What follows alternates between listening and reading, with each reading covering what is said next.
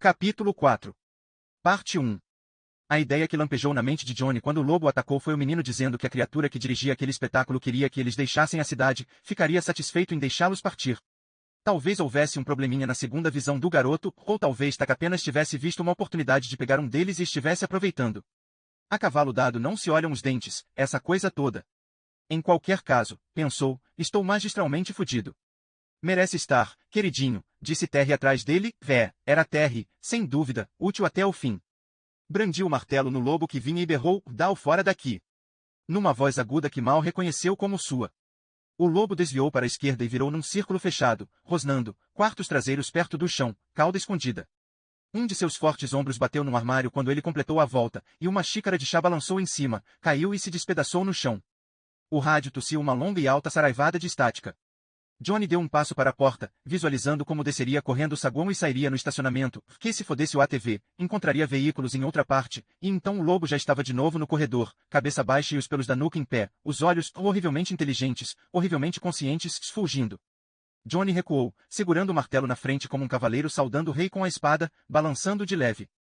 Sentia a palma suando na manga de borracha perfurada do cabo do martelo. O lobo parecia imenso, do tamanho de um pastor alemão adulto no mínimo. Em comparação, o martelo parecia ridiculamente pequeno, o tipo de acessório de marceneiro que a gente tinha à mão para consertar prateleiras ou bater pregos para pendurar quadros. Deus me ajude, disse Johnny, que mais não sentia nenhuma presença ali. Deus era apenas uma coisa que a gente dizia, uma palavra que a gente usava quando via a merda mais uma vez se preparando para obedecer à lei da gravidade e cair no ventilador. Não há Deus, não há Deus. Ele não era um menino de classe média de Ohio ainda há 3 anos do primeiro encontro com uma lâmina de barbear. A prece era apenas uma manifestação do que os psicólogos chamavam de pensamento mágico, e não havia Deus. Se houvesse, por que viria cuidar de mim, de qualquer modo? Por que viria cuidar de mim, depois que deixei os outros naquele furgão? O lobo ladrou de repente para ele. Era um som absurdo, agudo, um latido que Johnny teria aceito num poodle ou num cocker spaniel. Mas não havia nada de absurdo nos dentes dele. Grossos pingos de baba voavam de entre eles a cada latido agudo. Dê-o fora! Berrou Johnny com sua voz aguda e incerta. Dê-o fora, já!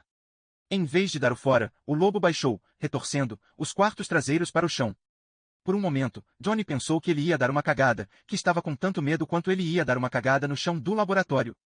Depois, uma fração de segundo antes de acontecer, percebeu que o bicho se preparava não para cagar, mas para saltar. Em cima dele. Não, Deus, por favor! Gritou e virou-se para correr, de volta em direção ao ATV e aos cadáveres pendurados rígidos em seus cabides. Na cabeça, fez isso, o corpo se moveu na direção oposta, para frente, como dirigido por mãos que ele não via. Não teve nenhuma sensação de estar possuído, mas um nítido e inequívoco sentimento de não estar mais só. O terror se desfez. Seu primeiro e poderoso instinto, dar as costas e fugir, também se desfez. Ao contrário, deu um passo à frente, propelindo-se da mesa com a mão livre. Ergueu o martelo acima do ombro direito e lançou no momento em que o lobo se atirava sobre ele. Esperava que o martelo girasse e tinha certeza de que passaria por cima da cabeça do animal. Tinha sido lançador de beisebol na Lincoln Park High School uns 1000 anos atrás e ainda conhecia a sensação de uma bola que ia passar alta demais, mas não passou. Não era nenhuma Excalibur, só um simples martelo velho Craftsman com uma manga de cabo perfurada para a gente pegar melhor, mas não girou nem passou alto. O que fez foi matar o lobo com uma pancada no meio dos olhos. Foi o som de um tijolo caindo numa tábua de carvalho. O fulgor verde abandonou os olhos do lobo, viraram velhas bolas de gude quando o sangue começou a jorrar do crânio do animal rachado ao meio.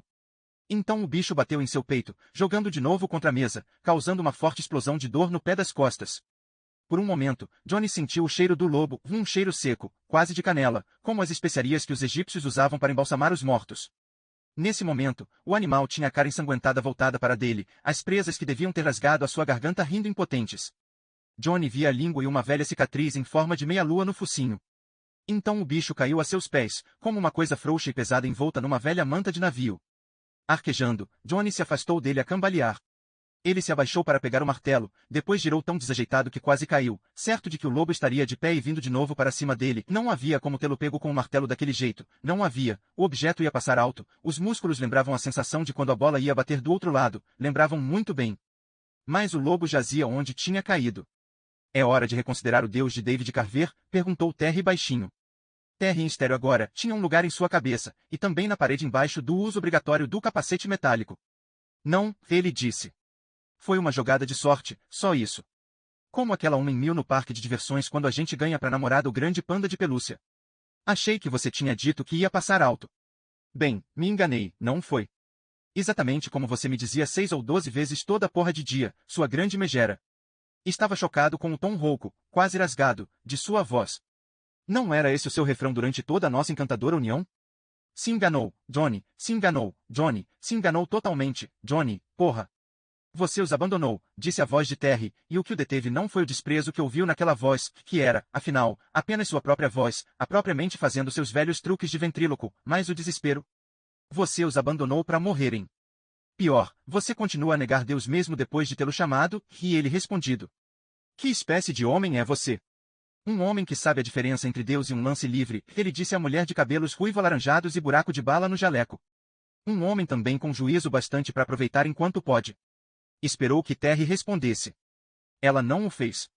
Ele pensou uma última vez no que tinha acontecido, analisando com sua lembrança quase perfeita, e não encontrou nada além de seu próprio braço, que aparentemente não tinha esquecido tudo que aprendeu sobre o lançamento de uma bola veloz, e um martelo Craftsman comum.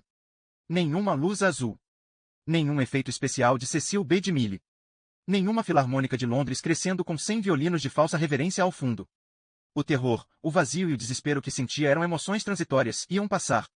O que ia fazer agora era soltar o ATV do reboque de minério, usando o martelo para forçar o contrapino. O que ia fazer em seguida era pôr o ATV em movimento e dar o fora daquele arrepiante, nada mal, craque, disse uma voz da porta. Johnny se virou. O menino estava ali parado. David. Olhando para o lobo. Depois ergueu o rosto sério para ele. Uma jogada de sorte, disse Johnny. Acha que foi isso? Seu pai sabe que você está aqui, David? Sabe. Se você veio aqui tentar me convencer a ficar, está com um azar que é uma merda, disse Johnny. Ele se curvou sobre o engate do reboque de minério com o ATV e deu uma martelada no pino. Errou feio e bateu dolorosamente a mão num ângulo de metal. Soltou um grito e enfiou os nós dos dedos esfolados na boca. E, no entanto, tinha acertado o lobo no salto entre os olhos com o martelo, ele. Johnny bloqueou o resto. Tirou a mão da boca, segurou com força a manga de borracha do martelo e se curvou de novo para o engate. Desta vez acertou em cheio, não no centro, mas perto o bastante para soltar o pino e mandá-lo rolando pelo chão. Foi parar embaixo dos pés suspensos da mulher que parecia Terry. E não vou interpretar nada disso tampouco. Se veio discutir teologia, está igualmente sem sorte, disse Johnny. Mas se gostaria de ir comigo para Austin, no oeste. Ele parou. O menino tinha agora alguma coisa na mão e a estendia para ele. O lobo jazia entre os dois, no chão do laboratório. O que é isso? Perguntou Johnny, mas sabia. Não estava com os olhos tão ruins ainda. De repente, sentiu a boca muito seca. Por que me persegue? Pensou subitamente, para o quê? Não sabia exatamente, só que não era para o menino. Por que não perde o meu faro? Não me deixe em paz? Sua carteira, disse David. Os olhos nele, muito firmes. Caiu de seu bolso, no furgão. Eu trouxe para você. Tem sua carteira de identidade, caso você esqueça quem é, muito engraçado. Eu não estava brincando. Então o que você quer? Perguntou Johnny, asperamente. Uma recompensa? Tudo bem. Anote seu endereço que eu lhe mando 20 paus ou um livro autografado. Quer uma bola de beisebol autografada por Albert Belli? Eu consigo. O que você quiser. O que possa imaginar. David olhou para o lobo embaixo por um instante. Uma jogada muito boa para um homem que não acerta nem um engate a 10 centímetros de distância. Cala a boca, espertinho, disse Johnny. Me traga a carteira se vem comigo. Jogue para mim se não vem. Ou simplesmente fique com essa porra. Tem uma foto nela. Você e 2 outros caras de pé na frente de um lugar chamado Posto de Observação Vietcong. Acho que é um bar. É, um bar, concordou Johnny. Flexionou nervosamente a mão no cabo do martelo, mal sentindo a ferroada correr pelos nós dos dedos esfolados. O cara alto nessa foto é David Alberston. Um escritor muito famoso. Historiador. Torcedor de beisebol. Eu estava mais interessado no cara de altura média do meio, disse David, e de repente uma parte de Johnny, uma parte bem lá no fundo, soube aonde o menino queria chegar, o que ia dizer, e essa parte gemeu em protesto. O cara de camiseta cinza e boné dos Yankees. O cara que me mostrou a mina da China de meu posto de observação Vietcong. O cara era você. Que merda, disse Johnny. O mesmo tipo de merda maluca que você vem soltando desde. Baixinho, perfeitamente afinado e ainda estendendo a carteira para ele numa das mãos, David Carver cantou, eu disse doutor, senhor médico. Foi como receber um balaço no meio do peito. O martelo escorregou da mão de Johnny. Pare com isso, ele sussurrou. Pode me dizer, o que me deixa doente? E ele disse pare com isso. Gritou Johnny, e o rádio arrotou outra rajada de estática. Ele sentia uma coisa começando a se mexer lá por dentro. Uma coisa terrível. Deslizando. Como o princípio de uma avalanche numa superfície que apenas parece sólida. Por que o menino tinha de vir? Porque tinha sido mandado, claro. Não era culpa de David. A verdadeira pergunta era por que o terrível senhor do menino não deixava qualquer um dos dois ir embora. The Rascals, disse David. Só que naquela época ainda eram os Young Rascals. Félix Cavalieri no vocal. Um barato. Era a música que estava tocando quando você morreu, não era, Johnny? Imagens começavam a deslizar ladeira abaixo na mente dele, com Félix Cavalieri cantando Eu estava me sentindo tão mal, soldados do Vietnã do Sul, muitos deles não maiores que alunos americanos da sexta série, afastando as nádegas dos mortos, procurando tesouros escondidos, uma nojenta caça ao tesouro e uma guerra nojenta, quem tá em quem tá, ele voltando para a terra e com doença venérea e viciado em drogas, precisando tanto de uma dose que estava meio doido, esbofeteando-a num saguão do aeroporto. Quando ela disse alguma coisa espertinha sobre a guerra dele, dissera, como se ele tivesse inventado a porra da coisa, esbofeteando-a com tanta força que a boca e o nariz dela sangraram, e embora o casamento ainda capengasse por mais um ano ou por aí assim, na verdade acabará ali mesmo no salão B do terminal da United em LaGuardia, com o som daquela bofetada, intragiam chutando quando ele se contorcia caído na rodovia 50, não chutando um monstro literário, nem um ganhador do prêmio nacional do livro, nem o único escritor homem e branco importante dos Estados Unidos, mas apenas um pirado barrigudo com uma caríssima jaqueta de motoqueiro, que devia uma morte a Deus como todo mundo, intragiam dizendo que o título proposto do livro de Johnny o deixava furioso, nauseado de raiva. Eu não vou voltar lá, disse Johnny com a voz rouca. Nem por você, nem por Steve Ames, nem por seu pai, nem por Mary, nem pelo mundo todo. Não vou. Tornou a pegar o martelo e bateu com ele no reboque de minério, pontuando a recusa. Está me ouvindo, David? Você está perdendo seu tempo. Eu não vou voltar. Não vou. Não vou. Não vou. A princípio eu não entendi como podia ser você, disse David, como se não tivesse ouvido. Era a terra dos mortos, você mesmo disse isso, Johnny. Mas você estava vivo. Pelo menos, foi o que eu pensei. Mesmo quando vi a cicatriz. Apontou para o pulso de Johnny. Você morreu, quando? 1966? 1968? Acho que não importa. Quando uma pessoa para de mudar, para de sentir, morre. Às vezes que você tentou se matar depois, estava apenas brincando de pegar. Não estava. E a criança sorriu-lhe com uma solidariedade indizível em sua inocência, bondade e ausência de julgamento. Johnny, disse David, Deus pode ressuscitar os mortos. Ah, Jesus, não me diga, ele sussurrou. Eu não quero ser ressuscitado. Mas sua voz parecia chegar-lhe de longe, e curiosamente duplicada, como se ele estivesse se desmontando de uma maneira estranha mais fundamental. Fraturando-se como greda. Tarde demais, disse David. Já aconteceu. Foda-se, heróizinho, eu vou pra Austin. Está me ouvindo? Pra porra de Austin. Tac vai estar lá antes de você, disse David. Ainda estendi a carteira, com a foto de Johnny, David Alberston e Duffy Pinet parados diante do imundo barzinho posto de observação Vietcong. Uma espelunca, mas tinha o melhor jukebox do Vietnã. Uma Wurlitzer. Em sua mente, Johnny sentia o gosto da cerveja, queria ouvir os rascals, a batida da percussão, o órgão parecendo um punhal, e como era quente, como era verde quente, o sol parecendo um raio, a terra cheirando a xoxota toda vez que chovia, e aquela música que parecia vir de toda parte, toda boate, todo rádio, toda merda de jukebox, de certa forma, aquela música era o Vietnã. Eu estava me sentindo tão mal. Perguntei ao médico da minha família o que eu tinha. Essa era a música que estava tocando quando você morreu, não era, Johnny? Austin, ele sussurrou com uma voz débil, falha. E continuava aquela sensação de divisão, aquela sensação de dualidade. Se você for agora, Tac vai estar à sua espera em muitos lugares, disse David, seu implacável candidato a carcereiro, ainda estendendo sua carteira, a carteira onde se achava sepultada aquela foto odiosa. Não só em Austin. Quartos de hotel. Salões de conferência. Banquetes em que as pessoas falam de livros e coisas. Quando estiver com uma mulher, é você quem vai tirar a roupa dela, mas é Tac quem vai fazer sexo com ela. E o pior é que pode viver com isso muito tempo. Quem de lache é o que você será, o coração do não formado.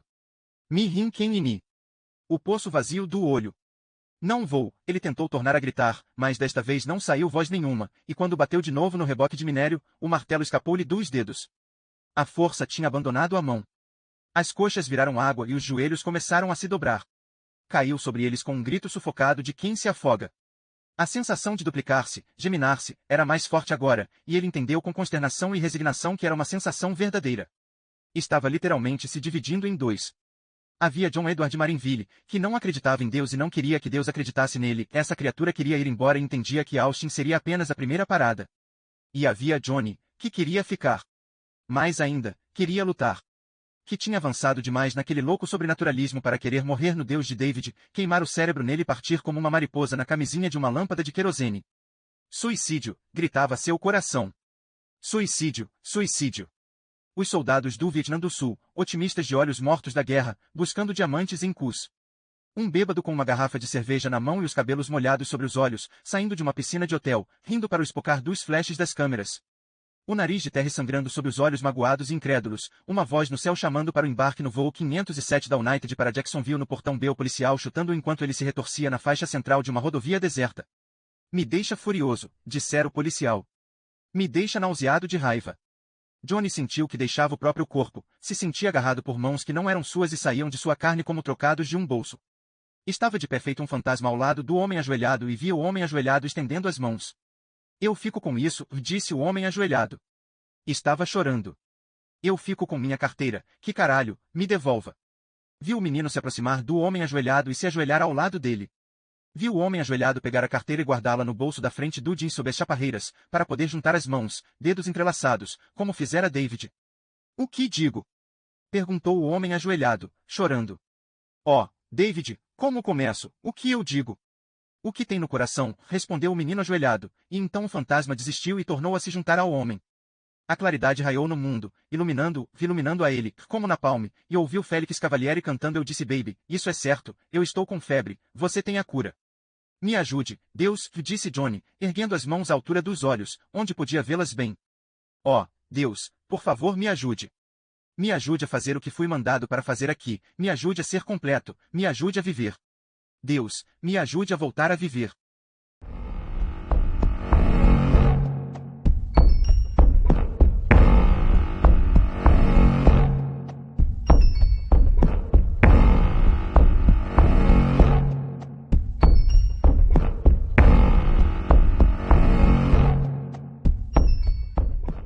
Capítulo 4.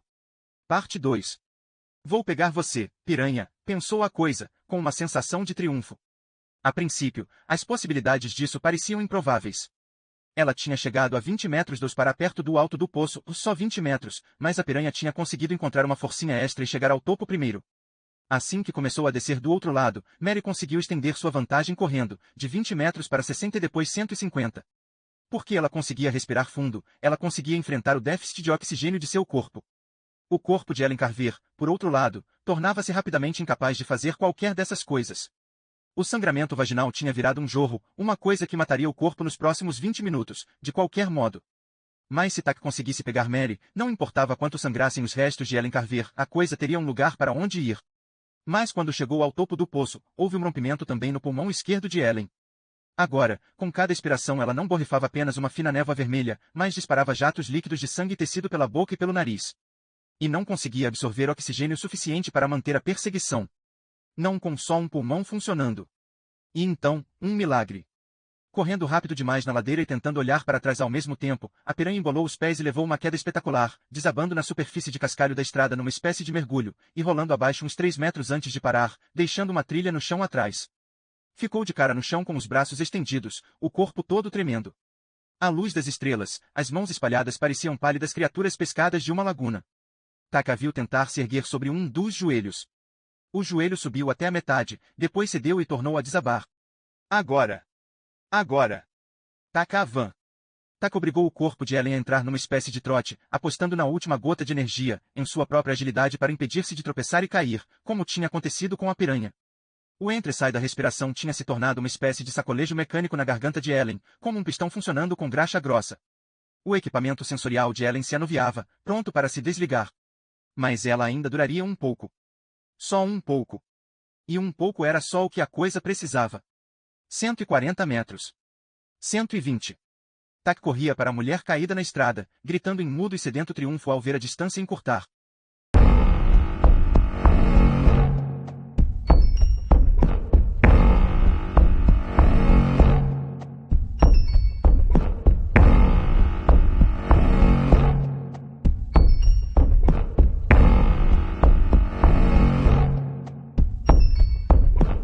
Capítulo 4. Parte 3. Mary ouvia uma coisa se aproximando, uma coisa que gritava palavras sem sentido numa voz densa e embrolada. Ouvia a batida dos sapatos no cascalho. Chegando perto. Mas nada parecia importar. Como as coisas que a gente ouve num sonho. E certamente aquilo tinha de ser um sonho, não tinha? Levanta, Mary. Tem de se levantar. Ela olhou em volta e viu uma coisa horrorosa e nem um pouco onírica avançando. Os cabelos voando atrás. Um dos olhos tinha se rompido. O sangue explodia da boca a cada respirada. E no rosto havia o ar de um animal faminto deixando a tocaia e apostando tudo numa última arrancada. Levanta, Mary. Levanta. Não consigo, estou toda esfolada, e de qualquer forma é tarde demais, ela gemeu para a voz, mas no momento mesmo em que gemia lutava de novo com o joelho, tentando dobrá-lo embaixo de si. Desta vez conseguiu, e ficou de pé apoiando-se nele, tentando se arrancar do poço da gravidade esta última vez. A coisa Ellen vinha a pleno trote agora. Parecia explodir dentro das roupas ao se aproximar. E gritava, um uivo arrastado de raiva e fome envolto em sangue. Mary ficou de pé, gritando ela própria agora, enquanto a coisa descia, estendendo os braços e tentando pegá-la com os dedos.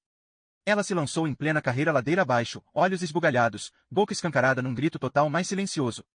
Uma das mãos, nauseantemente quente, correu por entre suas omoplatas e tentou se fechar sobre a blusa. Mary se atirou para frente e quase caiu quando a parte superior do corpo oscilou além do ponto de equilíbrio, mas a mão escorregou e ficou para trás. Piranha! Ouviu um rosnado inumano, gutural, bem atrás dela, e desta vez a mão se fechou em seus cabelos.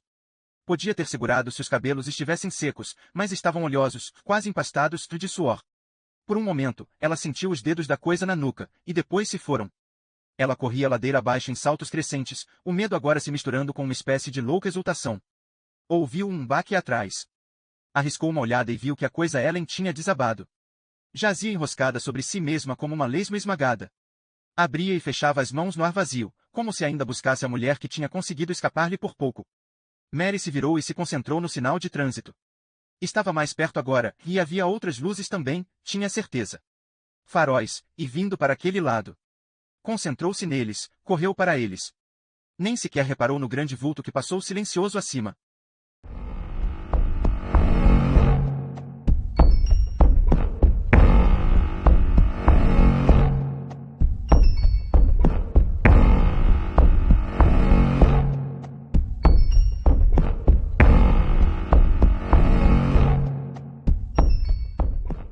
Capítulo 4. Parte 4. Acabado. Tinha chegado tão perto, na verdade, até tocou nos cabelos da piranha, mas no último segundo Mary escapou. No momento em que se distanciava, ela embolou os pés e Tack desabou, ouvindo os sons de tudo se rompendo dentro do corpo ao rolar de lado, as mãos a buscarem o ar como se pudessem encontrar nele onde se agarrar. A coisa rolou com Ellen de barriga para cima, fitando o céu cheio de estrelas, gemendo de dor e ódio. Tinha chegado tão perto. Foi quando viu o vulto negro lá em cima, apagando as estrelas numa espécie de crucifixo deslizante, e sentiu um novo surto de esperança. Tinha pensado no lobo e desistido da ideia, porque o animal estava longe demais, mas tinha se enganado ao acreditar que o lobo era o único vaso quentoy que podia conter Tack por um breve tempo. Havia aquilo. Mirim, sussurrou com a voz agonizante, encharcada de sangue. Quem dilate, Mirim, me intou. Tack. Venha a mim. Venha a Tack, venha ao antigo, venha ao coração das coisas informes. Venha a mim, vaso. Ergueu os braços moribundos de Ellen, e a águia dourada desceu entre eles, olhando o rosto agonizante de Tack com olhos de êxtase.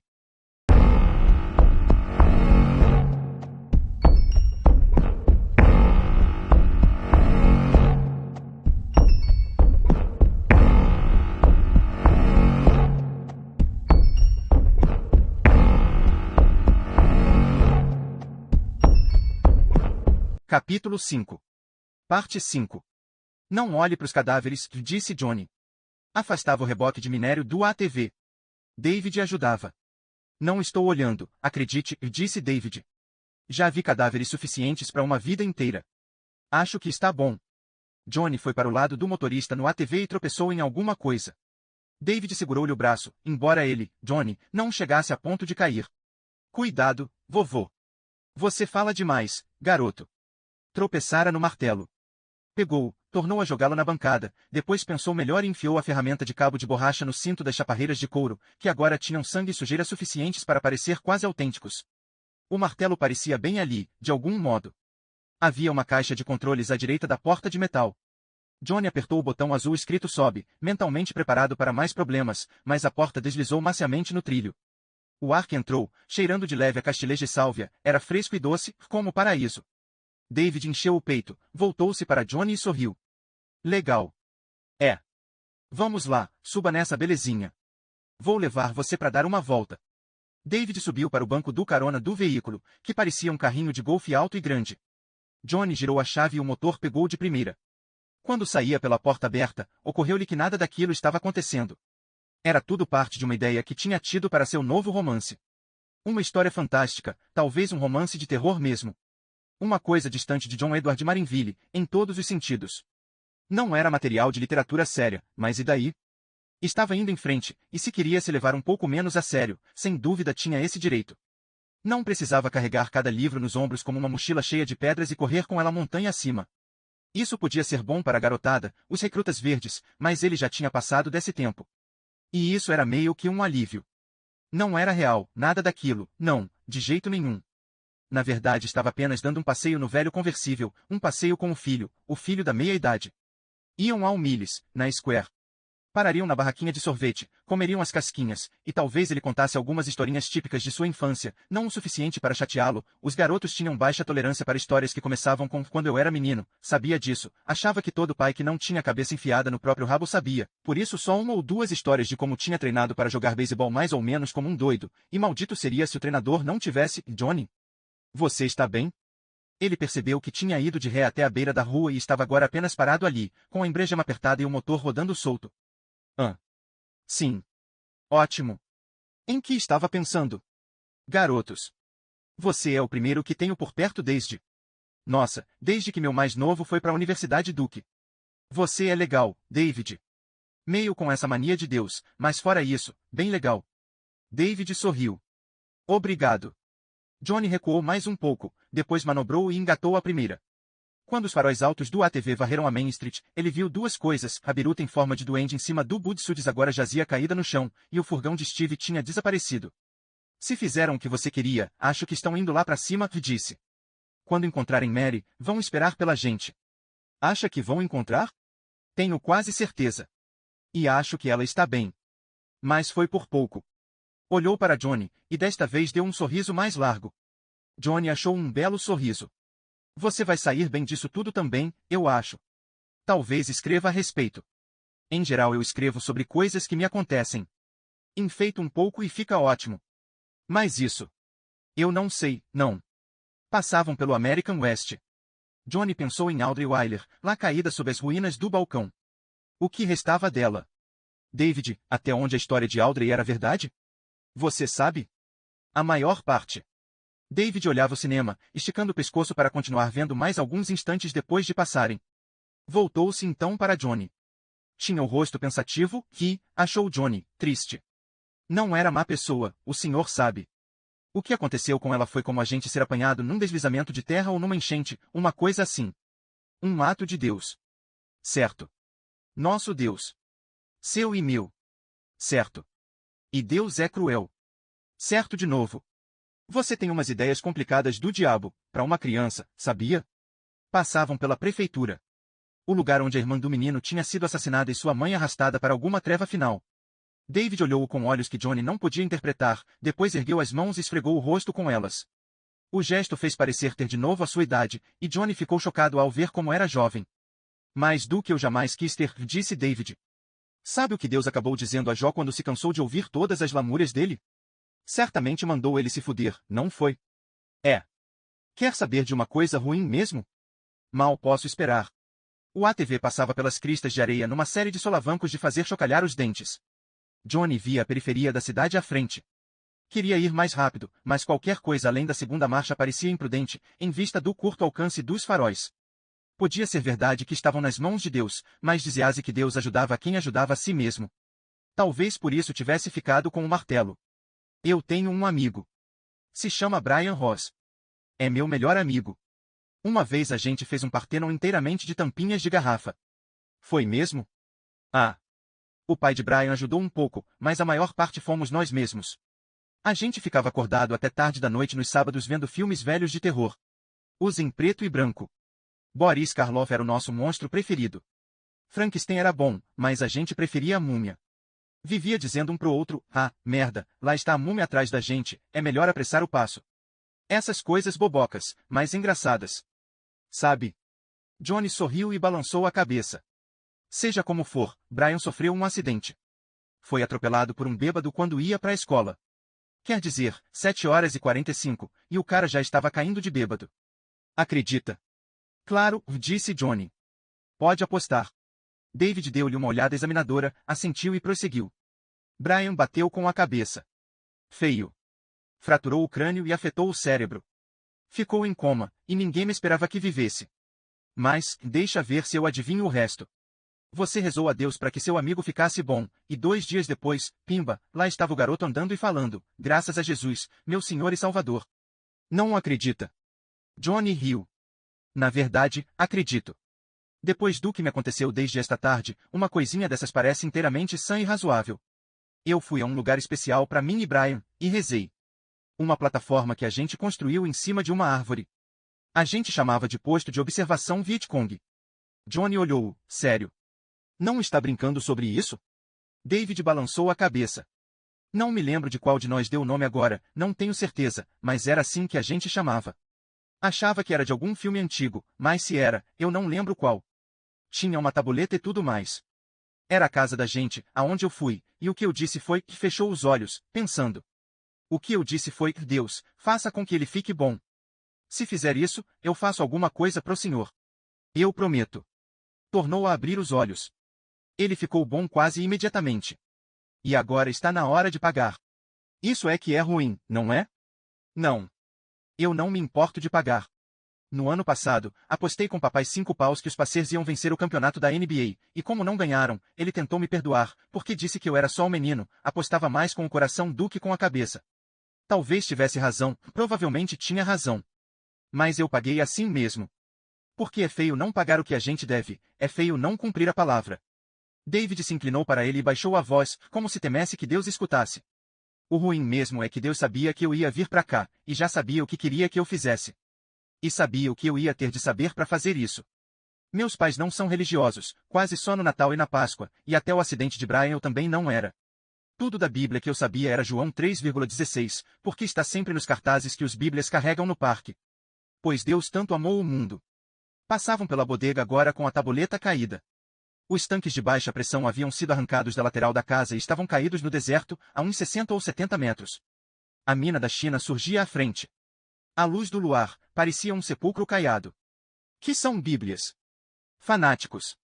É como meu amigo, o reverendo Martin, os chama. Acho que ele está.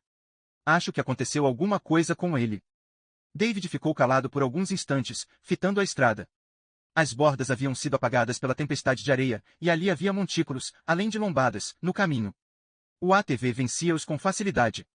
De qualquer modo, eu não sabia nada sobre Jacó e Esaú, nem do manto de muitas cores de José, nem da mulher de Putifar, até o acidente de Brian. O que mais me interessava naquele tempo, ele falava, pensou Johnny, como um veterano de guerra nonagenário descrevendo batalhas antigas em campanhas esquecidas, vera se Albert Bell ia ou não ganhar um dia o título de melhor jogador da Liga Americana. Voltou-se para Johnny, o rosto sério.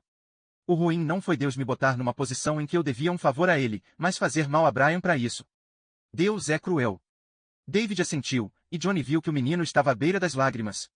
Sem dúvida é melhor que Tac, talvez, mas muito mal ainda assim. Mas a crueldade de Deus aperfeiçoa a gente, e é o que dizem, pelo menos. Certo? Bem, pode ser. De qualquer forma, ele está vivo, o seu amigo. Está, que talvez não fosse só com você, de qualquer modo. Talvez um dia seu chapinha vá curar a AIDS ou o câncer. Talvez rebata em 60 jogos seguidos. Pode ser. David, essa coisa que anda por aí. Tá, o que é ela? Tem alguma ideia? Um espírito indígena? Um Manitou ou um mendigo? Acho que não. Acho que é mais uma doença que um espírito, ou mesmo um demônio.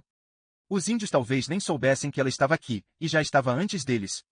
Muito antes. Tac é o antigo, o coração das coisas informes. E o lugar onde está mesmo, no outro lado da goela no fundo da mina. Não sei se aquele lugar fica sequer na Terra, ou mesmo no espaço normal. Tac é um completo alienígena, tão diferente da gente que não se pode nem pensar. O menino tremia um pouco e tinha o rosto ainda mais pálido. Talvez fosse apenas o luar, mas Johnny não estava gostando. A gente não tem de falar mais nisso, se você não quiser. Tudo bem. David assentiu, depois apontou para a frente. Olhe, lá está o Ryder. Parado. Devem ter encontrado Mary. Não é sensacional? Claro, disse Johnny.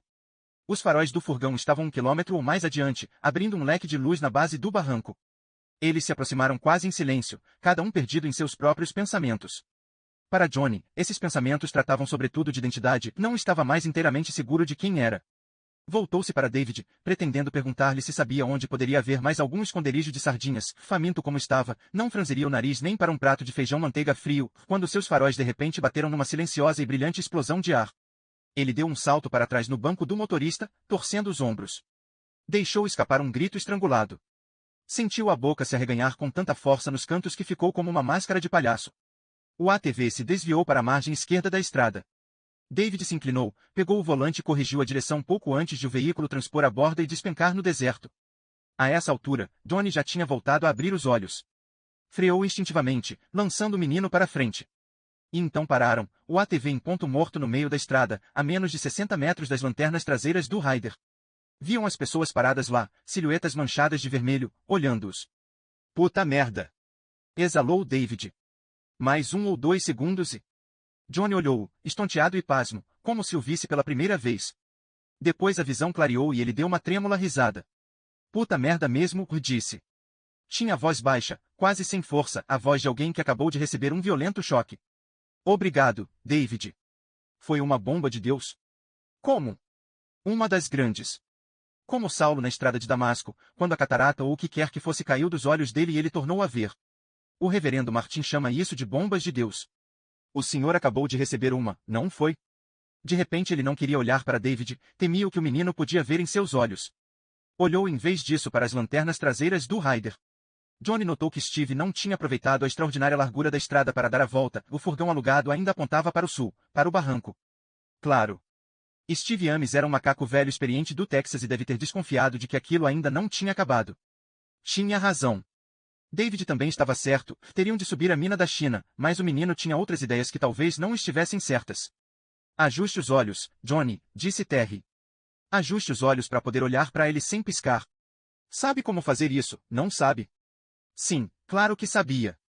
Lembrou de uma coisa que um antigo professor de literatura tinha dito, quando os dinossauros ainda andavam pela Terra e Ralph Oak ainda dirigia os New York Yankees. Mentira é ficção, proclamara o velho réptil cascudo, com um sorriso seco e cínico. Ficção é arte, e portanto toda arte é mentira. E agora, senhoras e senhores, abra espaço para eu praticar arte nesse incauto jovem profeta. Voltou-se para David e enfrentou seu olhar preocupado com um triste sorriso. Não foi nenhuma bomba de Deus, David. Desculpe decepcionar você. Então o que foi que aconteceu? Tive uma convulsão. Tudo caiu em cima de mim de repente e eu tive uma convulsão. Quando jovem, eu tinha uma a cada 3 ou 4 meses. Petit mal tomei remédio e me livrei delas. Quando comecei a beber para valer mesmo, lá pelos 40. Bem, 35 anos, e acho que tinha muito mais coisa nisso que a simples bebida, e elas voltaram. Já não eram tão petit. São o motivo principal de eu continuar tentando não beber. O que você acabou de ver foi o primeiro em quase, fez uma pausa, fingindo contar retroativamente, 11 meses. Nenhuma bebida nem cocaína durante todo esse tempo. Só o velho estresse mesmo. Tornou a rodar. Não queria olhar em volta agora, se o fizesse, estaria tentando ver quanto daquilo David aceitava, e o menino podia ver isso. Parecia maluquice, paranoia, mas Johnny sabia que não era. Aquele menino era espantoso e espectral, como um profeta do Velho Testamento que acabou de sair de um deserto do Velho Testamento, curtido de sol e com os miolos torrados pela informação privilegiada de Deus. Melhor afastar o olhar, guardar tudo para si mesmo, pelo menos por enquanto. Com o canto do olho, viu David o observando com insegurança. Essa é mesmo a verdade, Johnny? Ele perguntou afinal. Sem papo furado? A verdade mesmo, o Johnny disse, ainda não olhando diretamente para ele. Zero papo furado. David não fez mais nenhuma pergunta, mas sempre dava umas olhadas na direção dele. Johnny descobriu que conseguia sentir o olhar, como dedos leves e hábeis tateando numa janela, procurando pelo ferrolho que abriria.